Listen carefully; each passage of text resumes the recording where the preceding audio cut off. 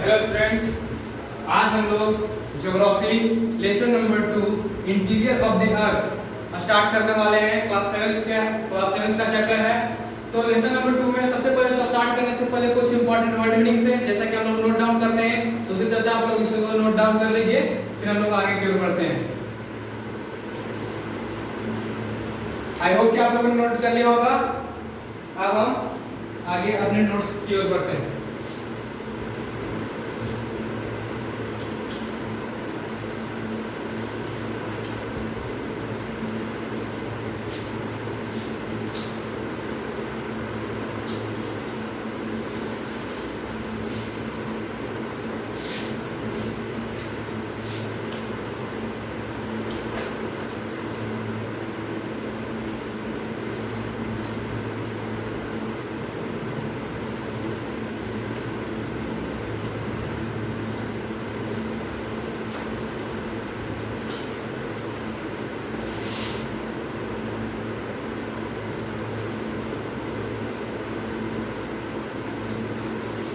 तो हम इसको स्टार्ट करने वाले हैं। हाँ तो स्टूडेंट, हम लोग जो टॉपिक स्टार्ट करने वाले हैं, हमारा सबसे पहला टॉपिक होगा the interior of the earth. इसका मतलब है we study interior of the earth, यानी कि अर्थ का जो इंटीरियर उसको हम लोग कैसे पढ़ते हैं, कैसे उसके बारे में जानते हैं। देखो, अर्थ का जो इंटीरियर है यानी अंदर का जो भाग है वो बहुत ज्यादा हीटेड है, यानी कि बहुत ज्यादा उसमें गर्मी है। इतना गर्मी कि कोई अगर उसके पास जाए तो उसको वो गला दे। फिर उसके बारे में हम लोग पढ़ते किस तरह से हैं, तो उसको उसके बारे में स्टडी करने का जो तरीका है वो यहाँ लिखा हुआ है। We study with the help of seismic और earthquake waves which travels in different medium in different वे।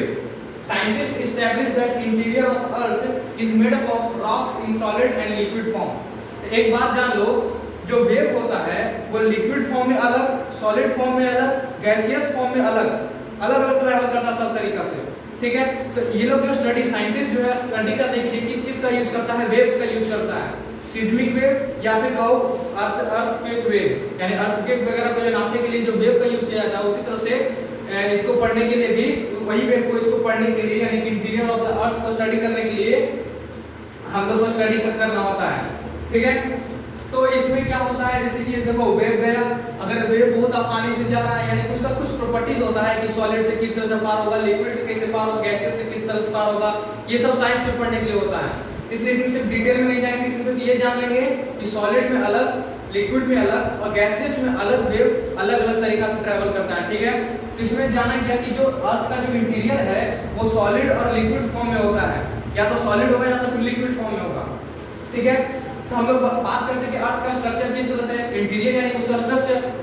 अगर बोले कि ह्यूमन का इंटीरियर, तो हमारा इंटीरियर यानी कि डाइजेस्टिव सिस्टम, एक्सक्रीटरी सिस्टम, ठीक है, इस तरह का सिस्टम, रिस्पिरेटरी सिस्टम। उसी तरह से अर्थ का अगर इंटीरियर में जाए तो अर्थ का इंटीरियर में 3 लेयर होता है। अर्थ में 3 लेयर्स होता है। जैसे कि हम लोग बात किए, जैसे हम लोग के शरीर पे ये स्किन है, अंडरस्टैंड, ये स्किन के अंदर एपिडर्मिस होगा, इस तरह से लेयर होगा। तो उसी तरह से अर्थ के अंदर 3 लेयर होता है, क्रस्ट, मैंटल, कोर। ये पूरा अर्थ, ये पूरा गोल है। इसका जो बाहरी लेयर है उसको कहते हैं क्रस्ट, अंडरस्टैंड। इस बाहरी, आप लोग का बुक में देखिए फिगर होगा, उसको बनाना है आप लोग को। इसका जो बाहरी लेयर होगा उसको क्या कहेंगे, सब साथ साथ बोलेगा। बाहरी लेयर को हम लोग क्या कहेंगे, क्रस्ट। बाहरी लेयर को कहेंगे क्रस्ट। ये जो बाहर का लेयर होगा उसको क्या कहेंगे, क्रस्ट। फिर उसके अंदर जाके जो उसका लेयर होगा, एक परत होगा, उसको कहेंगे मेंटल। ठीक है, और मेंटल के अंदर एक लेयर होगा आउटर, इसको कहते हैं कोर। ठीक है, 3 लेयर होता है, क्रस्ट, मेंटल, कोर। अब क्रस्ट जो होता है वो 50 किलोमीटर से लेकर 80 किलोमीटर तक चौड़ा होता है। सोच कर देखो, 50 किलोमीटर से 80 किलोमीटर इतना वो मोटा होता है, थिकनेस इसमें होता है वो उस लेयर में। यानी कि जो ये अर्थ है, इस अर्थ को जो घेरे हुए है, इस अर्थ को जो पूरी तरह से घेरे हुए है, उस अर्थ का उसको क्या कहते हैं, क्रस्ट। अंडरस्टैंड। इस परत को अगर हटा दिया, यानी कि क्रस्ट को अगर हटा दिया जाए तो उसके अंदर जो लेयर मिलेगा उसको क्या कहेंगे, मेंटल। अब अगर मेंटल को भी हटा दिया जाए तो उसके अंदर क्या मिलेगा, कोर। अंडरस्टैंड। तो क्रस्ट जो होता है उसका जो थिकनेस यानी सबसे ऊपर का जो लेयर होगा उसका जो थिकनेस होता है वो 50 किलोमीटर से लेके 80 किलोमीटर तक होता है, ठीक है। फिर उसका जो मेंटल आता है, अब मेंटल को भी दो भाग में बांटा गया है, एक होता है अपर मेंटल, एक होता है लोअर मेंटल। तो ये देखो, जैसे कि मान लो ये मेंटल क्रस्ट को हटा दिया गया, बच गया मेंटल। अब ये मेंटल है इस तरह से लेयर, तो इसका जो ये अपर लेयर है, ये अपर हो गया इसका अपर मेंटल, ये जो अपर वाला है इसको अपर मेंटल, और जो लोअर है ये लोअर मेंटल। अंडरस्टैंड? ये अर्थ हुआ, अर्थ के ऊपर क्रस्ट, फिर उसके नीचे मेंटल, ठीक है, क्रस्ट फिर मेंटल, फिर उसके बाद क्या है कोर। अब इस क्रस्ट को हटा दें तो बच गया मेंटल। मेंटल के पास दो लेयर, एक अपर एक लोअर। अपर लेयर को कहते हैं क्या? अपर लेयर को कहते हैं अपर मेंटल, लोअर लेयर को कहते हैं लोअर मेंटल। अपर वाला जो होता है वो सॉलिड फॉर्म में होता है, और लोअर वाला सेमी मोल्टेन, यानी कि आधा पिघला हुआ रहता है और आधा सॉलिड रहता है। अंडरस्टैंड? फिर उसके बाद आता है कोर, यानी कि जैसे कि ये अर्थ हुआ, ऊपर में क्रस्ट, उसको हटाएं, मेंटल उसको हटाएं, उसमें भी दो भाग, आउटर और इनर। फिर उसके बाद आया कोर। अब कोर भी दो भाग में होता है, एक होता है आउटर, एक होता है इनर। अंडरस्टैंड? एक बाहर, यानी कि एक बाहर, और एक इनर, अंदर। ये हो गया अर्थ, ये कोर, बाहर अंदर, ये हो गया आउटर कोर, ये हो गया इनर कोर। अंडरस्टैंड? ये हो गया उसका पूरा फिगर। समझ में आया सबको? ये है अर्थ। मान चलो ये जो फिस्ट है, ये जो मुट्ठी है, वो मान चलो ये है अर्थ। अब ये अर्थ का जो सबसे ऊपर का लेयर होगा उसको क्या कहेंगे? अर्थ के सबसे ऊपर लेयर को क्या कहेंगे? क्रस्ट, जिसका चौड़ाई कितना होता है? 50 से 80 किलोमीटर, ठीक है। फिर उसके निचला जो लेयर होगा, उसके नीचे का जो लेयर है, उसको क्या कहेंगे? मेंटल। मेंटल में दो भाग, अपर मेंटल, लोअर मेंटल, ठीक है। फिर उसके बाद का जो लेयर क्या होगा? कोर, अपर कोर, इनर कोर। अंडरस्टैंड? समझ में आया सबको? अब आते हैं बाउंड्री जोन्स। तो देखो, जैसे कि अभी हम बात की, ये क्रस्ट हुआ, ठीक, ये क्रस्ट है, फिर उसके नीचे मेंटल, उसके नीचे कोर। अब ये क्रस्ट, मेंटल, कोर जो है आपस में जुड़ा हुआ नहीं रहता, आपस में जुड़ा हुआ नहीं रहता है। समझ आया सबको? आपस में जुड़ा हुआ नहीं रहता, यानी कि एक दूसरे से अटैचमेंट नहीं होता। ये दोनों के बीच में एक और लेयर पाया जाता है, जैसे कि मान के चलो ये है अर्थ, ठीक है, और ये है उसका क्रस्ट। अंडरस्टैंड? ये अर्थ हुआ, ये अर्थ हुआ, और ये उसके ऊपर का सबसे ऊपरी लेयर ये हुआ क्रस्ट, ठीक है। अब ये क्रस्ट और ये अर्थ के बीच में, ठीक है, और कौन कौन सा लेयर होगा? मेंटल और कोर। अब इसके बीच में मान के चलो इतना है मेंटल, इतना सॉरी, इसको देखो, ये हो गया आपका अर्थ है, ठीक, ये मान के चलो अर्थ है। अब ये अर्थ में इतना लेयर जो है वो है क्रस्ट, उसके बीच का जो लेयर है वो है मेंटल, और उसके सबसे नीचे वाला लेयर जो है वो है कोर। अंडरस्टैंड? समझ आया सबको? अब इसमें जो ऊपर का लेयर और मेंटल के बीच में एक और लेयर प्रेजेंट होता है, जिसको हम लोग कहते हैं मोहो डिस्कंटिन्यूटी, यानी कि क्रस्ट और मेंटल के बीच में एक जो लेयर प्रेजेंट होता है उसको कहते हैं मोहो डिस्कंटिन्यूटी, यानी कि दोनों को अलग अलग करता है, क्रस्ट और मेंटल को अलग अलग करता है। अंडरस्टैंड? फिर कोर और मेंटल को कौन अलग अलग करता है? कोर और मेंटल को अलग करने वाला जो लेयर होता है उसको कहते हैं कोर मेंटल इंटर। हाँ, तो अब हमारा आता है रॉक्स एंड मिनरल्स। देखो, rocks made up of minerals in lithosphere. तो जो रॉक्स और मिनरल्स होता है, वो जो मतलब कि जो रॉक, जो चट्टान होता है, जो पत्थर वगैरह जिसको हम लोग कहते हैं, चट्टान जिसको कहते हैं, वो क्या चीज से बना हुआ होता है? वो बना हुआ होता है मिनरल से, यानी खनिज से, जो कि पाया जाता है लिथोस्फीयर में। लिथोस्फीयर में पाया जाता है रॉक्स, जो कि मिनरल से बना हुआ होता है। तब इसके आगे हम लोग बात करेंगे रॉक्स के टाइप्स के बारे में, किस तरह के टाइप होते हैं, कैसा होता है उसका, किस तरह से फॉर्मेशन होता है उसका, रॉक साइकिल क्या होता है, अब उसके बारे में हम लोग डिस्कस करेंगे। तो सबसे पहले तो आप लोग इसे नोट कर लीजिए, ठीक है।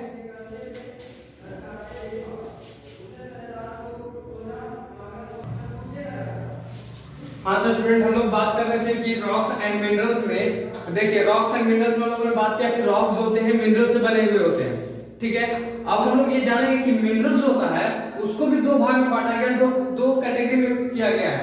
एक होता है मेटालिक मिनरल्स, एक होता है non metallic minerals. Metallic minerals वो होता है यानी कि वैसा मिनरल्स जिसमें मेटल्स का मात्रा बहुत ज्यादा हो, धातु का मात्रा बहुत ज्यादा हो, उसको क्या कहते हैं? Metallic minerals. और वैसा मिनरल्स जिसमें कि नॉन मेटल्स का मात्रा ज्यादा हो, उसको कहते हैं non metallic minerals. Understand? Rocks जो होते हैं मिनरल से बना हुआ होता है। मिनरल्स को बांटा गया है दो भाग में, metallic mineral, non metallic mineral. Metallic mineral वो होता है जिस जो कि रिच इन मेटल्स, यानी कि धातु में अमीर होता है, ठीक है। और नॉन मेटालिक मिनरल्स वो होता है जो कि अधातु में अमीर होता है। अंडरस्टैंड? ये होता है मिनरल्स। अब देखो ये सब मिनरल्स का यूज करके रॉक्स बनते हैं। Rocks are found from minerals, यानी मिनरल से ही रॉक्स बनते हैं। और रॉक्स भी तीन तरह के होते हैं, एक तो होता है इग्नियस रॉक, एक होता है सेडिमेंट्री रॉक और एक होता है मेटामॉर्फिक रॉक, जो कि इसके बाद हम लोग स्टडी करेंगे। ठीक है, तो सबसे पहला इग्नियस रॉक जो है उसके बारे में हम लोग बात करते हैं। सबसे पहले आप लोग इसको नोट कर लीजिए, सब दिख रहा है, क्लियर है? नोट कर लो सब अपना अपना। चलो अब देखो रॉक्स, इग्नियस रॉक्स में हम सबसे पहले बात करेंगे हम लोग। अब देखो कंसेप्ट क्लियर रखो। रॉक्स जो होता है मिनरल से बना हुआ होता है। मिनरल्स होता है दो भाग का, मेटालिक एंड नॉन मेटालिक। ठीक है, रॉक्स होता है तीन में, इग्नियस, मेटामॉर्फिक एंड सेडिमेंट्री, जिसमें कि सबसे पहले हम लोग इग्नियस पढ़ेंगे। तो ये बात जान लो कि इग्नियस रॉक को भी दो भाग में बांटा गया है। इग्नियस रॉक्स को भी दो भाग में बांटा गया है, एक होता है एक्सट्रूसिव रॉक, एक होता है intrusive rock. Understand? Extrusive rocks and intrusive rocks. Extrusive rock, वो देखो एक्सट्रूसिव रॉक का फॉर्मेशन किस तरह से होता है, इसमें बोल रहा है मॉल्टेन मैटर यानी मैग्मा। फिर एरो देके देखो स्टेप बाय है। सबसे पहले मॉल्टेन मैटर जो मैग्मा होता है वो इंटर क्रेविसेस, अर्थ का जो दरार होता है उसमें इंटर कर जाता है, और फिर उसके बाद थोड़ा देर बाद अर्थ का सरफेस पे वो बाहर आता है। ठीक है, अर्थ का सरफेस से बाहर आता है, और जब वो बाहर आता है तो उस समय वो लावा के रूप में होता है, लावा जो कि बहुत गर्म होता है। और फिर वो गर्म होने के बाद जब ठंडा हो जाता है, कूल्स डाउन हो जाता है, तब वो सॉलिड का रूप ले लेता है। सॉलिड यानी कि रॉक का रूप ले लेता है। अंडरस्टैंड? इंट्रूसिव में क्या होता है, इसमें देखो धरती के नीचे सब रहता है, लिथोस्फीयर हम बताएं सब लिथोस्फीयर में रॉक्स वगैरह रहते हैं। तो इसमें थर्मल तो वहां भी होगा, गर्मी तो वहां भी होगा, वहां गर्म होता है, वहीं पे सॉलिडिफिकेशन होता है, बाहर नहीं आता, अर्थ सरफेस पे ये नहीं आता है, वहीं पे सॉलिडिफिकेशन होता है अर्थ के अंदर, और फिर वहां पे सॉलिड बनता है। सॉलिड धीरे धीरे धीरे ग्रो करके ऊपर आ जाता है, इंट्रूसिव रॉक बन जाता है। अंडरस्टैंड? समझ में आया सबको? आया समझ में? फिर से बताते हैं, इस नियस रॉक को दो भाग में, एक्सट्रूसिव, इंट्रूसिव। एक्सट्रूसिव में क्या होता है, मॉल्टेन मैटर यानी मैग्मा जो होता है अर्थ का दरार में, यानी कि पृथ्वी का दरार में जहां छोटा-छोटा क्रेविसेस होता है उसके अंदर इंटर करता है और अर्थ का सरफेस से बाहर निकलता है लावा के रूप में। ठीक है, और फिर वो जो लावा होता है वो लावा सॉलिडिफिकेशन में जाता है, फिर कूल डाउन होता है यानी कि ठंडा होता है, और ठंडा होने के बाद वो सॉलिड बनाता है, और वही सॉलिड क्या होता है, एक्सट्रूसिव रॉक होता है। इंट्रूसिव रॉक में क्या होता है, धरती के अंदर ही रहता है, धरती के बाहर नहीं आता, बस इतना अंतर है, अंदर ही कूल डाउन होता है, अंदर ही सॉलिडिफिकेशन होता है, अंदर ही इंट्रूसिव रॉक्स बन जाता है। ठीक है, अब उसके बाद सेकंड जो है सेडिमेंट्री रॉक्स। देखो सेडिमेंट्री रॉक्स में क्या होता है, temperature, rainfall and air brake down the rocks on surface of earth, materials removed by rivers, layer upon layers is deposited, layer cemented due to pressure and hence sedimentary rocks is formed। ये short form है, इसमें बोल रहा है कि temperature, rainfall और air, हवा के कारण क्या होता है, रॉक्स छोटा-छोटा टुकड़ा में बढ़ जाता है। ठीक है, और अर्थ का सरफेस पे जो छोटा-छोटा रॉक होता है वो टूटता है, और फिर उसका जो मटेरियल्स होता है वो नदी वगैरह के द्वारा बह जाता है, वहां से चला जाता है, जिसके कारण फिर क्या होता है, लेयर अपॉन लेयर्स, यानी कि एक लेयर पे दूसरा लेयर, तीसरा लेयर, चौथा लेयर रिवर के कारण जमते जाता है। ठीक है, उस तरह से बढ़ते बढ़ते बढ़ते बढ़ते एक साथ डिपॉजिट हो जाता है। डिपॉजिट होने के बाद क्या होता है, अंदर में बहुत ज्यादा प्रेशर होने के कारण, यानी कि जैसे कि जब रॉक्स को जमा हुआ, एक लेयर, दो लेयर, तीन लेयर, चार लेयर, पांच लेयर, छह लेयर, तो यहाँ पर प्रेशर बहुत ज्यादा होगा, जिसके कारण जैसे जैसे बढ़ते जाएगा वैसे वैसे वो सॉलिड होते जाएगा, और प्रेशर के कारण एक क्रिस्टलाइन फॉर्म बन जाएगा और एक सॉलिड बन जाएगा, यानी कि एक रॉक का फॉर्मेशन हो जाएगा, और उस रॉक को क्या कहेंगे हम लोग, sedimentary rock. Understand? Sedimentary rock is formed. Example इसका क्या होता है, लाइमस्टोन हो गया, सैंडस्टोन हो गया, etc। अंडरस्टैंड? समझ में आ गया सेडिमेंट्री रॉक किसको कहते हैं, इग्नियस रॉक किसको कहते हैं। अब उसके बाद हम लोग का जो टॉपिक होगा वो होगा मेटामॉर्फिक रॉक। नोट करो इसको, सबसे पहले नोट कर लो।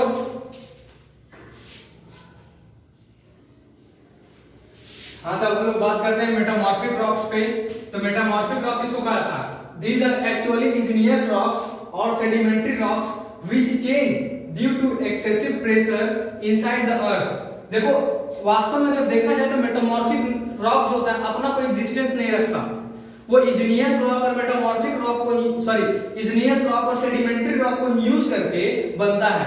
ठीक है, हो सकता है कि इग्नियस रॉक का कुछ क्रिस्टल्स वगैरह मिलाकर सेडिमेंट्री का कुछ क्रिस्टल्स निकाल के नया क्रिस्टल बनता हो, नया फॉर्म बनता हो, उसका मिनरल्स मिला के नया मिनरल्स बनाता हो।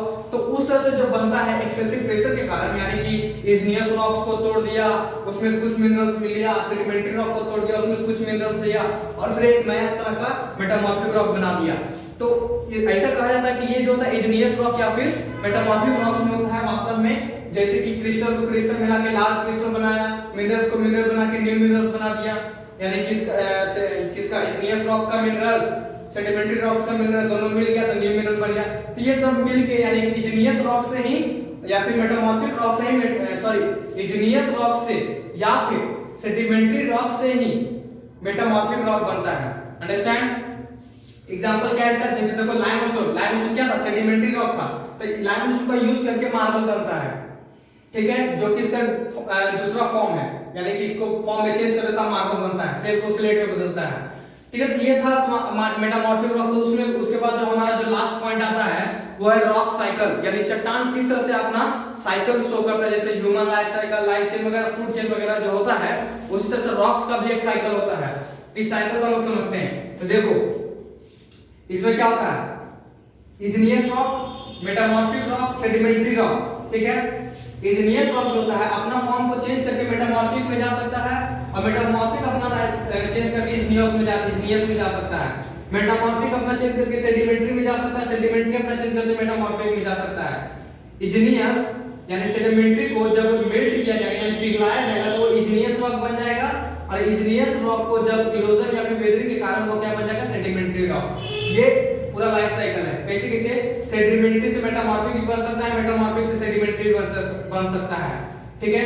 सेडिमेंट्री से इग्नियस भी बन सकता है और इग्नियस से सेडिमेंट्री भी बन सकता है, इग्नियस से मेटामॉर्फिक भी, मेटामॉर्फिक से इग्नियस भी, ठीक है। तो ये था आप लोगों का जो चैप्टर है, चैप्टर का आप लोग यहीं पे समाप्त होता है, ठीक है, यानी कि इंटीरियर ऑफ द अर्थ यहीं पे समाप्त होता है। अब इसके बाद जो हम लोग आगे होमवर्क बात कर लेते हैं कि होमवर्क क्या होगा हम लोग का। तो आप लोग का होमवर्क है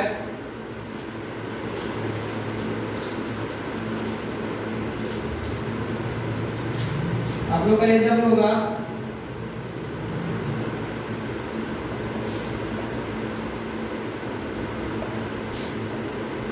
revise the notes,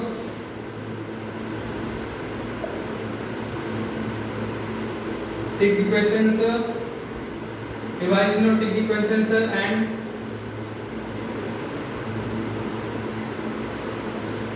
make objectives। तो पढ़ाई करते रहें। All the best.